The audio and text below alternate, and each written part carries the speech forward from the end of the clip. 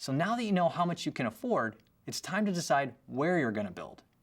If you plan on building your home in a subdivision on a developed lot, you'll want to keep in mind my 20% rule. Typically, you want the lot cost to be between 20 to 25% of the total market value when everything is complete. So for example, if your home appraises for $250,000 when complete, including land, your lot should cost between $50,000 and $62,000. Obviously, this is just a general rule of thumb, but it can keep you out of trouble when you go to sell. If you overpay for your lot and you don't make up the difference in construction savings, you may end up having the most expensive home on the street. This is never a good thing when selling a home. Obviously, if you plan to build on a larger piece of land, not in a subdivision, this rule really doesn't apply. Finding a developed lot that meets the 20% rule in a good location can sometimes be difficult. That's where your real estate broker who specializes in land will be a huge asset to find something that fits your needs. When looking at potential properties, here are some things I think you should consider. Find out what the property is zoned for, meaning what you can build on it. Municipalities have zoning maps showing the designated use of the property in their area. Some is specifically for residential, while other property is meant for commercial stuff. They've created these maps to organize development. You wouldn't want a warehouse to be built next to your home. So if your broker isn't sure about the zoning, you can check with the local zoning department. Make sure you check out the zoning of any undeveloped land around you to avoid any surprises in the future. As a builder, I constantly get the question, will that area next to my house ever be developed? Unfortunately, the answer is a definite maybe, unless the area is natural forest, and even then, we can't be sure. The zoning department can also tell you the setback requirements and any specific restrictions for your lot. Setback requirements are established to keep a uniform look to the community. The setbacks include front, side, and rear yard dimensions. Take a look at this sample plot plan. The dotted lines designate the setback requirements and make up the building envelope. This is basically the area in which the home can be built. So here you see a front yard setback of 30 feet. That means the house can't be built any closer to the public right-of-way than 30 feet. The edge of the public right-of-way, in this case, is the house side edge of the sidewalk. So basically, you've got to be back 30 feet from there to the front of your house. Make sense? The side yards are made up of a 6-foot setback requirement that also serves as a utility easement and drainage easement. Utility easement is an area that cannot be built on because either utilities or sewer lines are located here or may be located here in the future.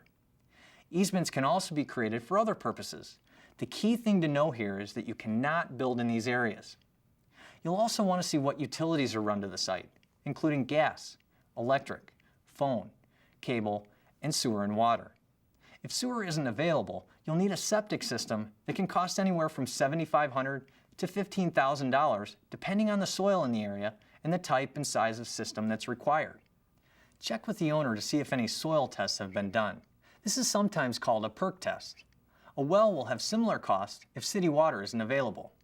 Well costs vary based on the subsurface material and depth of the water table.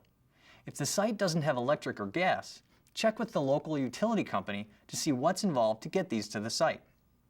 Okay, we touched on this earlier, but again, another item you need to check before buying your lot is the below surface soil condition.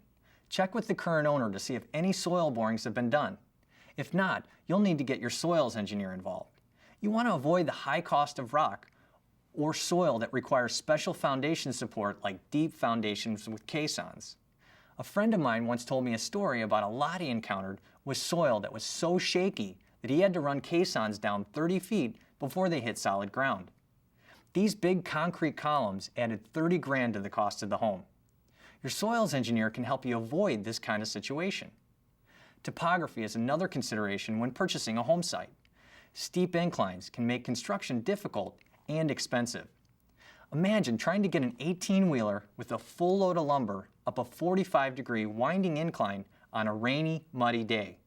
Or I'm sure that a vacant lot on a quiet island sounds wonderful. But don't forget, unless there's a bridge, your materials, supplies, and subcontractors will be coming over on a very expensive boat ride.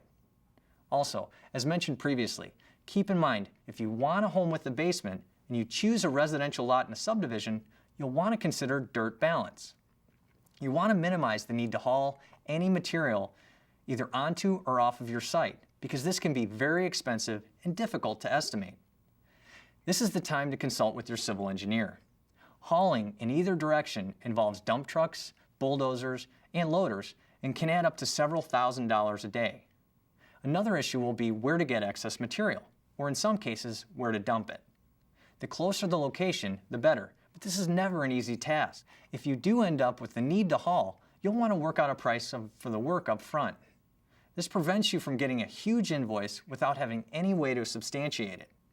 A good rule of thumb, if you're building a 2,400 square foot, 2-story home with a basement, if the lot is between 1/3 and 1/2 acre, you want the lot to be close to level with the curb to minimize your chances of having to haul material onto or off of the site.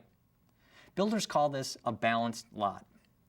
Larger lots, say 3/4 acre and up, are more easily balanced since there's more area to spread excess dirt from the excavation. You'll want your builder consultant and civil engineer to look at any home sites prior to purchase to review dirt balance and look for any potential problems. Before making a final decision on your lot or land, take a trip down to the local building department. Get a list of costs including permit fees, driveway connection fees, impact fees, tree clearing fees, and water and sewer connection fees, if available. I've built homes in communities that have charged a tree cutting fee of $1,500 per tree. Even if you intend to save as many trees as possible, you'll still need to clear for the drive access, house location, and a minimum of a 20-foot buffer around the home to provide for proper drainage. I've also seen impact fees as high as $30,000 per lot. These impact fees were created by municipalities to pay for the increased demand on things like schools, emergency services, water, and sewer treatment. Think about it. When the population in an area increases, the demand for all of these things goes up. All these fees can vary greatly by municipality and can impact your budget in a big way. Also, while you're at the building department, mention the fact that you'll be managing the construction of your home yourself. This is a good time to find out if they have any special requirements regarding owner-builders and find out what their overall process is like. One last thing, if you plan on placing your home far off the road for privacy, you'll need to consider some additional costs. The further you build the home off the road, the longer the driveway, the longer the utility runs, and the longer the sewer and water services. Every extra square foot of driveway or extra foot of sewer and water pipe costs money. Okay, I lied. One more point to consider when looking at different lots or land to build on. Visit the site at different times of day, different days of the week. You'll want to look for any nuisances or annoyances that may not be there all the time. For example, airport traffic patterns, they change with wind conditions. The first time you visit, they may be using a runway that puts your lot out of the flight path. Or the neighbor may be in a rock band that practices only during the week. True story. I found a lot that was beautiful. It had a nice sloping rear yard for a walkout basement, and the homes in the neighborhood were pretty cool. Just before making the final decision, my wife and I went out to the home site one last time, and we're so glad we did. At that moment, a train comes roaring through several hundred feet behind the property, hidden in the trees. We almost made a huge mistake. So, we know how much you plan to spend and where you plan to build.